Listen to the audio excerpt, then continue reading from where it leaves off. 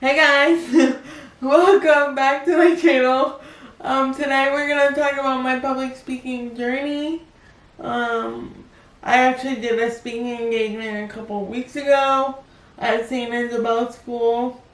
I spoke about CP, and it was pretty cool because they read a book called Out of My Mind, and in the book, the main character has CP and she's nonverbal, and so they read this book in 6th grade as part of their curriculum for the year, their book for the year, I believe, but don't quote me on that. First, they invited me to their bake sale where they raise money for CP research.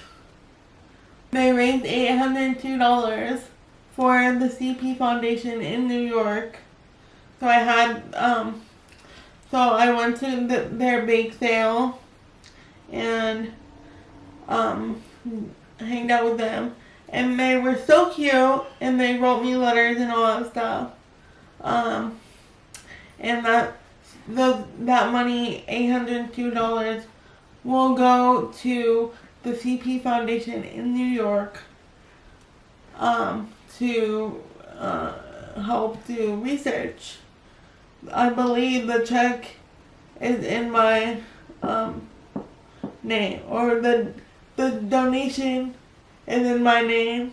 So that's really cool because I love doing that, and I love to share my story and get CP more recognition. Yeah, so that was really fun. And then I went to go meet them and hang out with them. So they got to ask me questions. It was really fun. And then I went back to do the presentation. So the presentation is really fun for me because I just know what it is and I just roll with it. But they are so cute because, they wrote me a letter, and I've been, figuring out, how I can answer certain questions. So it's really sweet when I get these opportunities, but these schools want me to share my story at their school. So it's really cool for me and fun for me. And I really love it. And I remember one person asked me, they were like, how did you get started in social media?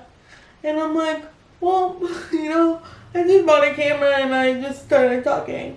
As I got to know there, I just, now I fell in love with social media. Now now it's my job. Now it's my mission to spread an awareness for people with disabilities, not only with my own, but with other,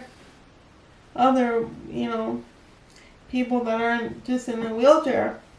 They don't have to be CP. They could just be wheelchair bound or not wheelchair bound or whatever they might be. I don't know. So it's really fun to,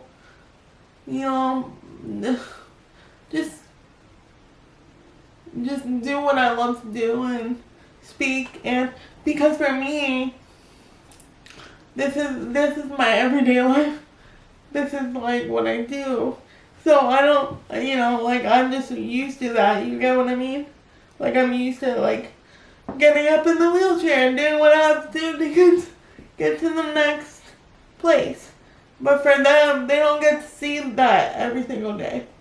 They're not maybe aware of how much a wheelchair person takes, or how much longer things take for us or for me. And so it's really fun to be you could tell that you inspire them, or you could tell that the teacher's really happy that you're there inspiring them.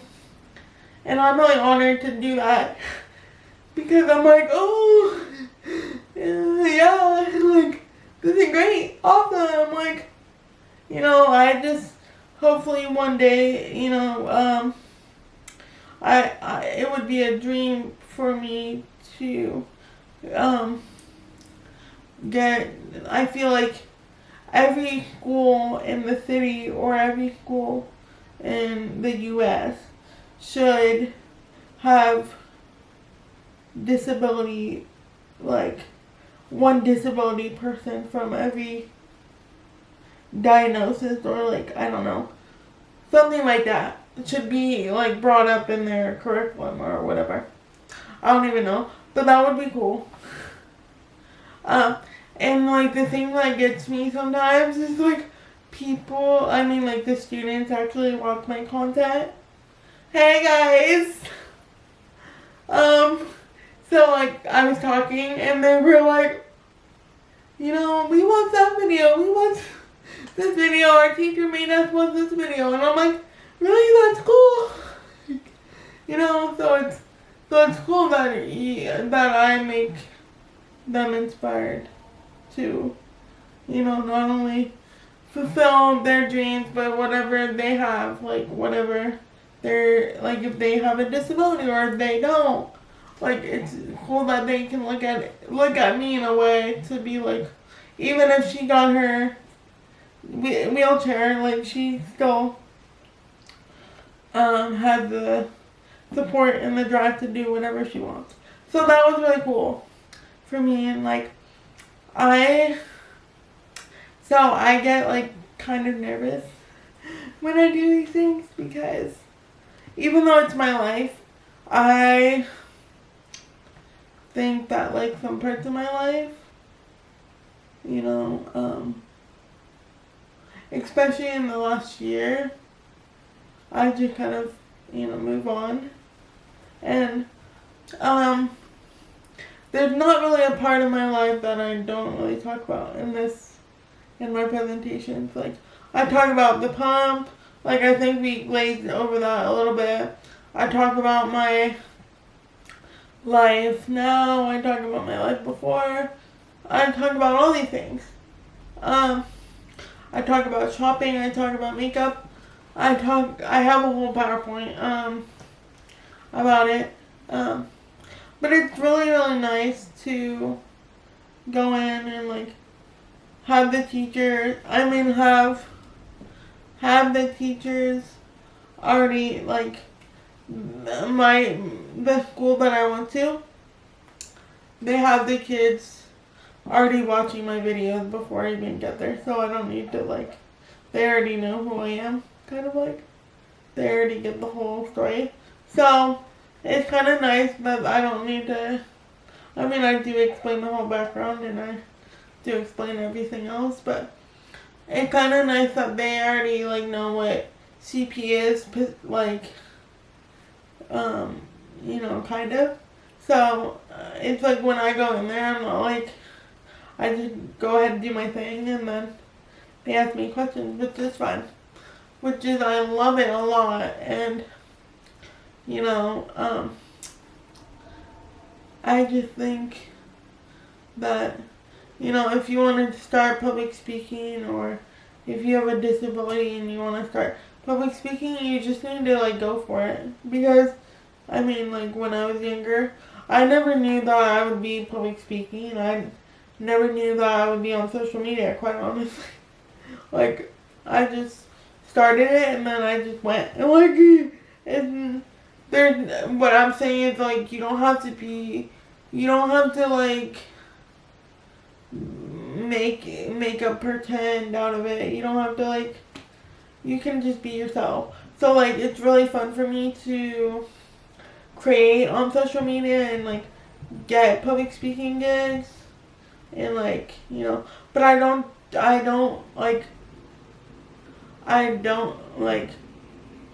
when I get the most enjoyment out of it, like, why I do what I do so much is for, you know, the community, and, like, you know, if I could give the kids something from my story, and hopefully they learn from it, you know?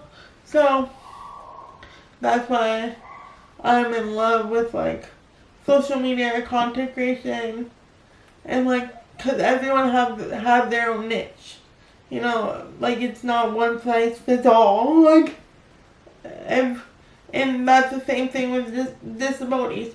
You could have the same exact diagnosis, but then, like, for one person, it cannot work for another person. So that's, you know, so my main story is, like, if you want to start in, like, social media content creation, you just gotta start, you know, like, but, so yeah, and then, what else do I do? Yeah, I just talk to, like, the kids and, like, have this whole PowerPoint, and, like, I think I saw a question, like, how do I get, like, hyped up for a presentation? Well, I listen to music, like Take McRae, and, like, sing a song, like, get really hyped up and get really into it, you know? Like, thank God I'm not a singer, because that would not be a career that, you know, that I could really do something with, because my voice is, oh my god.